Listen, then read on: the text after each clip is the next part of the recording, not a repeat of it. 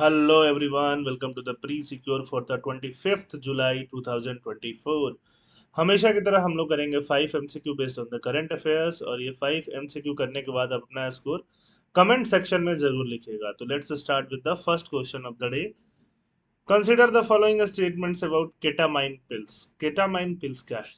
Ketamine, अब इसमें ये बताना है कि कौन सा स्टेटमेंट इनकरेक्ट है। Ketamine is primarily used as an anti bacterial treatment in medical setting. Medical setting में उसको एंटी बैक्टीरियल ट्रीटमेंट की तरह के लिए ट्रीट किया जाता है। क्या ये सही है? Ketamine pills are often used illegally as a recreational drug for their hallucinogenic effect. Hallucinogenic effect के लिए उनको रिक्रिएशनल ड्रग्स जैसा भी यूज किया जाता है illegally. Ketamine can be prescribed by doctor in certain situations such as treatment resistance depression। Depression के लिए भी क्या दिया जा सकता है? Ketamine pills are legally available for purchase without a prescription in many countries। ठीक है, तो आप बताइए कौन सा करेक्ट है, कौन सा इनकरेक्ट होगा इन सब में। तो अब देख के जो लग रहा है कि अगर हेलुसिनोजेनिक इफेक्ट होगा तो इसमें विदाउट अ प्रिस्क्रिप्शन तो अवेलेबल नहीं होना चाहिए। गवर्नमेंट का यहाँ पे डॉक्टर्स का प्रिस्क्रिप्शन चाहिए। और ऐसे अगर ये एंटी बैक्टीरियल बुखार एंटी बैक्टीरियल ट्रीटमेंट के लिए यूज होता है तो इसको हेलुसिनोनिक इफेक्ट के लिए इतना काम में नहीं लाया जाता। तो फर्स्ट और फोर्थ जो है वो इनकरेक्ट लग रहा है। सेकंड और थ्री जो है वो उसको सही लग रहा है। तो आंसर क्या हो जाएगा? D, first and fourth. तो कई बार ऐसे पढ़ के भी आप समझ सकते हैं। केटामाइन एक एनेस्थेटिक के लिए यूज किया जाता है, जिसको पढ़ने के खाने के बाद लेने के बाद कॉन्सियसनेस लेवल कम होने लगता है ना, और पेन रिलीविंग इफेक्ट्स आने लगता है। तो डिप्रेशन वगैरह कम करने के लिए भी इन सब चीजों को दिया जाता है। आप पॉज करके केटामाइन के बारे में थोड़ा लिख लो, क्योंकि ये इलीगल ड्रग्स के रूप में भी काफी यूज किया जाता है। चांदीपुरा वायरस के बारे में हमने पहले भी क्वेश्चन करे थे, एक बार फिर से कर लेते हैं।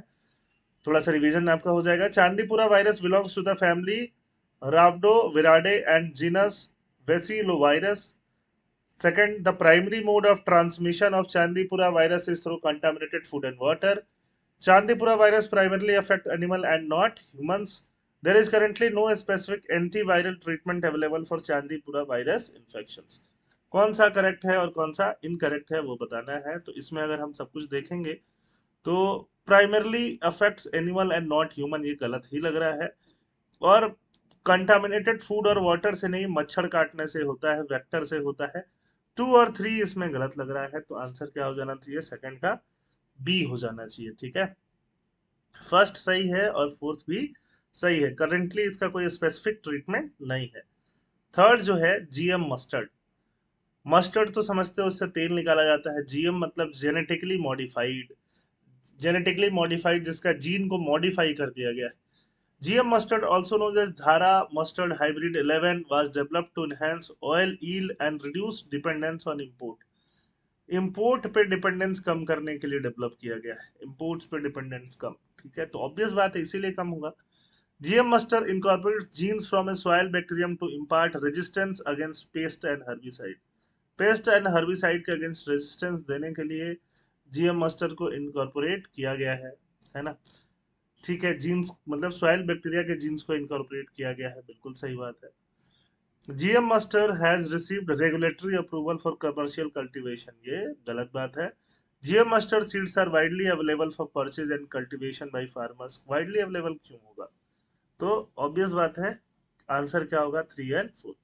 तो जब भी जेनेटिकली मॉडिफाइड कोई चीज होती है उससे बहुत सारा रिस्क होता है ना, आपके ह्यूमन हेल्थ पे वो क्या इम्पैक्ट डालेगा उस पर भी काफी रिस्क होता है। ओवरऑल सॉइल पे और आसपास सॉइल के आसपास के बायोटा पे, इकोलॉजी पे क्या इम्पैक्ट डालेगा उस पर भी काफी रिस्क होता है। इसीलिए इसका कॉमर्शियल कल्टीवेशन 100% अप्रूव नहीं है, और जब अप्रूव नहीं है तो इजिली अवेलेबल कैसे होगा, है ना। GM mustard has been a subject of regulatory approval discussion in India but has not yet received final clearance। ठीक है, GM mustard seeds are not widely available for purchase and cultivated by farmers in India, क्योंकि इसमें कौन सा process involve है? Regulatory. बाकी soil bacterium से jeans इसमें मिक्स किए जाते हैं, ये चीज आपको पता होना ही चाहिए। और फर्स्ट स्टेटमेंट तो जेनरिक स्टेटमेंट है जो करेक्ट ही है। Answer three and four incorrect. Question number four, monkey pox. Monkey pox काफी न्यूज में चलता है। Monkey pox belong to the orthopox virus. ठीक है, it is RNA virus. RNA virus बिल्कुल नहीं है, ये चीज आपको ध्यान में रखना है। ठीक है, फोर्थ का आंसर क्या है? बी। बी मतलब second, two only. Not correct पूछा है तो टू ओनली क्या हो जाएगा? Second. It is enveloped double stranded DNA virus है। डीएनए में भी नॉर्मल डीएनए नहीं है, enveloped double stranded DNA, unlike the RNA. This makes its far better stable and less prone to rapid mutation. Fifth, consider the following statement about physical deficit. अब चूंकि budget चल रहा है, physical deficit के ऊपर question, बहुत simple question दिया है मैंने, conceptual. Physical deficit refers to the excess of government expenditure over its total revenue. Revenue के ऊपर एक्सपेंडिचर जिसमें बोरोइंग शामिल नहीं है, तो बिल्कुल सही बात है। High physical deficit is generally considered beneficial for economic growth. High physical deficit नहीं, लो फिजिकल डेफिसिट। हाई से क्या होगा? दिक्कत हो सकता है। ठीक है, physical deficit does not include borrowing from external sources. All sources होगा। ठीक है, सब सोर्सेज से बोरोइंग लो, चाहे गवर्नमेंट फॉरेन से ले रही है बोरोइंग, चाहे अंदर से ले रही है, सब कुछ उसमें आएगा। Physical deficit is often used by government to finance development project and social welfare program. बिल्कुल सही बात है। Fourth is correct, one is correct and answer is D, क्योंकि इस बार करेक्ट पूछा है, चार में हमने इनकरेक्ट पूछा था। तो कमेंट सेक्शन में बताइए आपने कितना क्वेश्चन सही किया, और जो नहीं पता उसको लिख लीजिए। टेलीग्राम चैनल पे आपको क्या मिल जाएगा? पीडीएफ मिल जाएगा, उसका लिंक डिस्क्रिप्शन बॉक्स में। थैंक यू, जय हिंद।